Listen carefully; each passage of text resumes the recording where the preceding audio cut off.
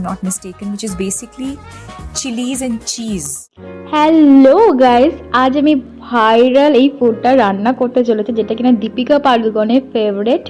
আর এটা হচ্ছে ভুটানের একটা ন্যাশনাল ফুড, যেটার নাম এমা দাচি। তো হ্যাঁ, এটার জন্য আমি ফার্স্টে তেল দিয়েছি কড়াইতে, তারপরে একটু রসুন আর স্লাইস করে লঙ্কা দিয়ে ভালো মতো ভেজে নিয়েছি। আর এটা মেন ইনগ্রিডিয়েন্টস হচ্ছে চিজটাকে আমি এরপর গ্রেট করে দিয়েছি, তারপরে একটু জল দিয়েছি, ব্যাস এটাকে আমি ফোটাবো ঢাকা চাপা দিয়ে। বেশ খানিকক্ষণ ফোটানোর পরে এত সুন্দর একটা অ্যারোমা বেরিয়েছিল যে তোমাদের কি বলবো।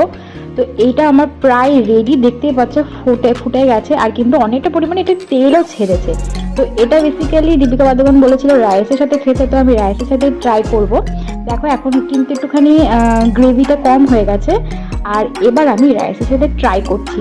আর যখন আমি এটা খাওয়া শুরু করলাম তখন আমি কিছু টেস্ট বুঝতে পারি, কিন্তু 1 সেকেন্ড পর